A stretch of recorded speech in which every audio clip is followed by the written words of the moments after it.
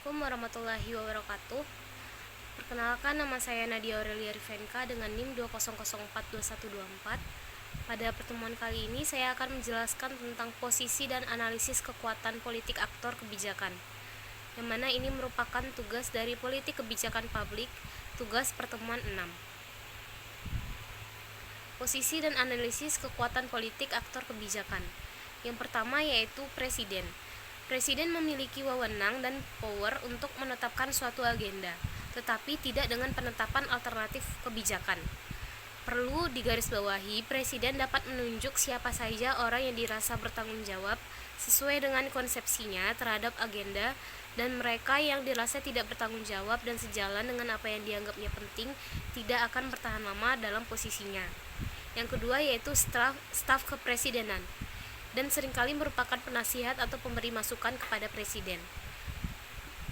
Staf ini merupakan mereka yang tidak mempunyai sebuah gagasan untuk diajukan ke dalam agenda. Mereka masih memainkan peran besar dalam menempatkan suatu permasalahan pada agenda orang-orang penting, baik di dalam maupun di luar instansi mereka. Yang ketiga yaitu lembaga legislatif. Lembaga legislatif ini mempunyai tekanan kepentingan dari berbagai pihak seperti presiden, kelompok kepentingan, partai politik, atau lobbying dari pihak lainnya yang mungkin mempengaruhi lembaga ini untuk benar-benar menetapkan agenda mereka sendiri untuk kepentingan publik yang lebih luas. Selanjutnya yaitu civil servant atau ASN atau birokrat. Meskipun para birokrat tidak memiliki pengaruh yang besar dalam proses penetapan agenda atau tidak sebesar anggota-anggota cabang eksekutif, tetapi birokrat ini dapat menjalin hubungan yang kuat dengan kelompok-kelompok kepentingan dengan anggota-anggota Kongres untuk membentuk aliran informasi yang penting bagi proposal kebijakan melalui saran atau masukan. Unsur keberhasilan peran aktor dalam kebijakan yaitu yang pertama, partisipasi aktor. Partisipasi aktor itu dengan menilai bagaimana peran aktor terkait dalam pelaksanaan suatu kebijakan. Yang kedua, perspektif aktor, yaitu dengan menilai bagaimana aktor memahami program. Selanjutnya, aksesibilitas aktor, yaitu dengan menilai bagaimana akses aktor dalam pelaksanaan program. Selanjutnya, penentuan tindakan, yaitu dengan menilai bagaimana peran aktor dalam menentukan tindakan. Thompson dalam Kadir mengungkapkan bahwa peran aktor dalam pelaksanaan suatu kebijakan dipengaruhi oleh kekuatan dan kepentingan yang dimiliki oleh aktor tersebut sehingga dapat dikategorikan menjadi 4 jenis. Yang pertama, aktor dengan tingkat kepentingan yang tinggi tetapi memiliki kekuatan yang rendah diklasifikasikan sebagai subjek. Aktor ini memiliki kapasitas yang rendah dalam pencapaian tujuan, akan tetapi dapat menjadi berpengaruh dengan membentuk aliansi dengan aktor lainnya. Aktor ini sering bisa sangat membantu sehingga hubungan dengan aktor ini harus tetap dijaga dengan baik. Yang kedua, aktor dengan tingkat kepentingan yang tinggi diklasifikasikan sebagai pemain kunci. Aktor ini harus lebih aktif dilibat secara penuh, termasuk dalam evaluasi strategi baru. Selanjutnya, aktor dengan tingkat kepentingan yang rendah diklasifikasikan pengikut lain untuk melibatkan aktor ini lebih jauh karena kepentingan dan pengaruh yang dimilikinya biasanya berubah seiring dengan berjalannya waktu. Aktor ini harus tetap dimonitor dan dijalani komunikasi dengan baik. Rumusan kebijakan publik merupakan arena bagi pertukaran sumber daya aktor yang terlibat di dalam untuk mengartikulasikan kepentingan masing-masing. Dominasi kekuatan aktor dapat menentukan kepentingan aktor yang mana yang lahir sebagai pemenang dan pertarungan kepentingan pada arena perumusan kebijakan. Selanjutnya yaitu aktor di luar pemerintahan. Yang pertama yaitu kelompok kepentingan.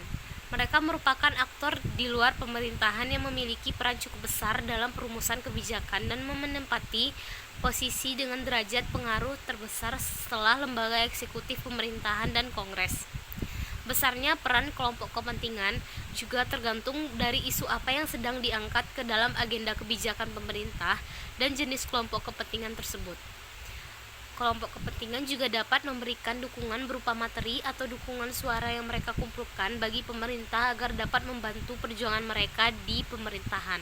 Karena kepemilikan informasi dan sumber daya inilah yang menjadikan kelompok kepentingan sebagai aktor kunci dalam subsistem kebijakan. Selanjutnya yaitu akademisi, konsultan, dan peneliti yang bekerja di lembaga riset atau yang disebut dengan think tanks.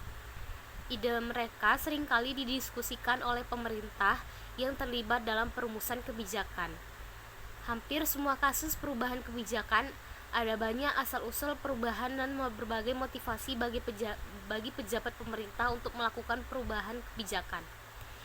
Dan peran dari para akademisi dan peneliti melalui ide-ide mereka termasuk dalam salah satunya. Namun, peran akademisi, konsultan, dan peneliti ini bukanlah sebagai pihak yang mengusulkan atau menentukan agenda pemerintah, tetapi lebih kepada penyediaan alternatif kepada pemerintah. Selanjutnya yaitu media massa. Media massa ini merupakan aktor yang dapat menggiring opini dan pandangan masyarakat dan juga pemerintah. Perhatian publik akan suatu masalah akan mengikuti jejak liputan dari media massa tentang masalah tersebut akan membentuk opini masyarakat bahwa masalah tersebut adalah yang paling penting. Selanjutnya yaitu adalah opini publik. Opini publik ini merupakan salah satu yang dapat mempengaruhi agenda pemerintah karena terkadang mereka mendorong pemerintah untuk mengambil suatu tindakan. Opini publik ini dapat memberikan dampak positif dan negatif pada agenda pemerintah. Contoh dari dampak positifnya ketika sebagian besar orang menaruh perhatian pada masalah tertentu, hal ini dapat digunakan oleh pejabat dalam mencari dukungan kebijakan. Selanjutnya, dampak negatifnya yaitu menghambat pemerintah melakukan sesuatu. Masyarakat dapat melakukan protes melalui demo atau bahkan membuat petisi untuk menolak kebijakan publik. Namun, opini publik juga memiliki keterbatasan dalam mempengaruhi penetapan agenda karena publik akan cenderung fokus pada masalah yang terkuak karena masalah-masalah lain yang tidak populer sangat jarang menjadi opini publik. Sekian materi yang dapat saya sampaikan. Mohon maaf jika ada kesalahan kata. Saya akhiri. Assalamualaikum warahmatullahi wabarakatuh.